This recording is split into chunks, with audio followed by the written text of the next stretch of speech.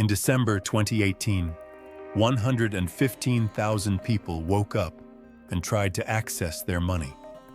It was gone. Not hacked, not stolen by an outside attacker. Gone. Because the one man who held the password to every single dollar was dead. Or at least, that's what his wife told the world. $250 million. Vanished.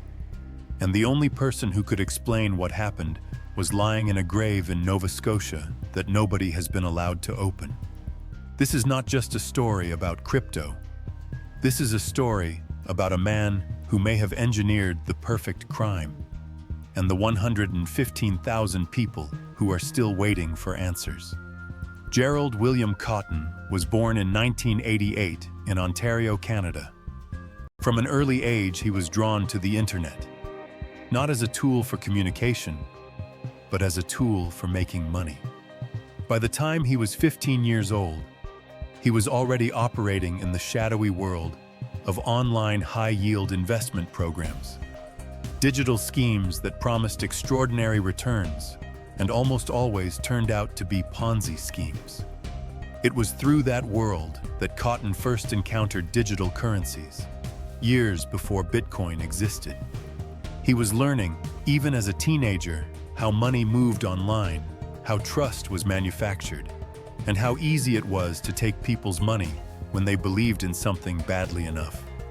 In 2013, at just 24 years old, Cotten co-founded QuadrigaCX, a cryptocurrency exchange based in Vancouver, Canada. The timing was perfect. Bitcoin was exploding in popularity. Millions of people wanted to buy and sell cryptocurrency, and there were very few legitimate platforms to do it on. QuadrigaCX positioned itself as the trusted Canadian solution. Cotten was the public face of the company, soft-spoken, mild-mannered, and apparently trustworthy. He appeared at crypto conferences. He talked about the future of decentralized finance. He presented himself as a true believer in the technology, and QuadrigaCX grew rapidly, eventually becoming the largest cryptocurrency exchange in Canada, with over 360,000 registered users. But from the beginning, QuadrigaCX had a structural problem that should have alarmed everyone. Gerald Cotten ran everything himself. The exchange's funds, the actual cryptocurrency belonging to customers, were stored in cold wallets, offline digital vaults that were completely controlled by Cotten alone. Only he had the passwords. Only he had the encryption keys. Not a single other person at the company had access. This is like a bank, where only the CEO knows the combination to every vault. And nobody thought to ask what would happen if he disappeared. By 2018, QuadrigaCX was already in serious trouble that customers didn't know about. The exchange had been having liquidity problems for months. A payment processor holding $25 million of QuadrigaCX funds had frozen the account. Withdrawals were being delayed. Customers who tried to take their money out were met with excuses and delays. Behind the scenes, investigators would later discover something far more sinister. Cotten had been operating fake accounts on his own exchange, using fictitious names to trade cryptocurrency that didn't actually exist. He was essentially printing digital money, using it to trade against real customers, and pocketing the profits. It was a Ponzi scheme hidden inside a cryptocurrency exchange. On November 30th, 2018, Cotten and his new wife, Jennifer Robertson, arrived in Jaipur, India. They were there for the honeymoon and, according to Robertson, to visit an orphanage Cotten wanted to support. 9 days later, on December 9th, 2018, Gerald Cotten was reportedly rushed to a hospital in Jaipur, suffering from complications related to Crohn's disease, a chronic digestive condition he had been diagnosed with years earlier. He was 30 years old. He was pronounced dead at the hospital. His body was cremated in India. His death certificate was filed in Nova Scotia.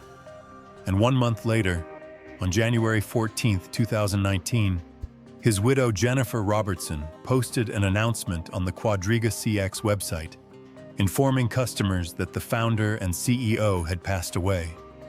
The announcement also contained a stunning revelation. With Cotten's death, the company had lost access to the cold wallets holding the vast majority of customer funds. $250 million in cryptocurrency. Gone.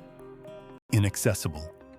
Because only one man had the password, and that man was dead. The reaction was immediate and furious. Over 100,000 customers suddenly realized they could not access their money. QuadrigaCX filed for creditor protection in February 2019. Ernst & Young was appointed as a monitor to try to locate the missing funds. What investigators found, or rather failed to find, was staggering. The cold wallets that were supposed to hold hundreds of millions in customer cryptocurrency were almost entirely empty. The funds weren't locked behind a password. They weren't frozen in some inaccessible digital vault. They simply weren't there. The Ontario Securities Commission later concluded that QuadrigaCX had been operating as a fraud for years. Cotten had been using customer deposits to fund his own trading, his own lifestyle, and a web of fake accounts. When new customers deposited money, it was used to pay withdrawals from older customers. It was, in every meaningful sense, a Ponzi scheme. But it was the circumstances of Cotten's death that turned this from a financial scandal into something much stranger. Investigators and customers began asking questions that had no satisfying answers. Why had Cotten updated his will just 12 days before his death, leaving almost everything to his wife and naming specific wishes for his dogs? Why had he traveled to India, a country with limited medical infrastructure, knowing he had a serious chronic illness? Why was his body cremated so quickly, making any future forensic examination impossible? And why had QuadrigaCX waited a full month to inform customers that their CEO and their money was gone? A group of creditors formally requested that Cotten's body be exhumed to confirm his identity through DNA testing. The Nova Scotia medical examiner agreed the request was reasonable. Jennifer Robertson opposed it. As of today, Gerald Cotten's body has never been exhumed. His identity has never been independently confirmed through forensic testing. And the question that haunts 115,000 people remains unanswered. Is Gerald Cotten actually dead? The theory that Cotten faked his death and fled with the money is not fringe speculation. It was considered seriously enough by creditors, journalists, and investigators that it became the central question of a Netflix documentary. Trust No One: The Hunt for the Crypto King, released in 2022. The documentary followed a group of Quadriga customers who spent years attempting to track Cotten down, convinced he was alive somewhere.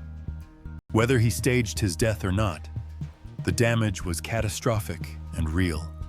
115,000 people lost a combined $250 million. Retirees, young investors, people who had trusted a soft-spoken Canadian entrepreneur with their savings because he seemed honest, because the platform seemed legitimate, because Canada seemed safe. Jennifer Robertson, Cotten's widow, eventually agreed to return nearly $12 million in assets she had inherited, after investigators found that much of what she received had come from customer funds. She was never charged with any crime. The co-founder of QuadrigaCX, a man named Michael Patron, had his own secret. Investigators discovered that Patron had previously been convicted in the United States of identity fraud, credit card fraud, and operating an illegal internet currency exchange. He had changed his name and his past, and he had been there at the founding of Canada's largest cryptocurrency exchange. The QuadrigaCX story is, at its core, a story about trust. 115,000 people trusted a platform they had never physically visited. They trusted a CEO they had never met. They trusted that their digital assets were safe because someone on the internet told them they were. And they trusted a password that only one man knew, a man who, by accident or by design, made sure that secret would die with him. The ledger of QuadrigaCX was always empty. The money was never in the vault. And somewhere, in a grave in Nova Scotia, or on a beach that nobody has found yet, Gerald Cotten knows exactly where it went. Subscribe to Shadow Ledger. Every week we open a new ledger, and the numbers never lie.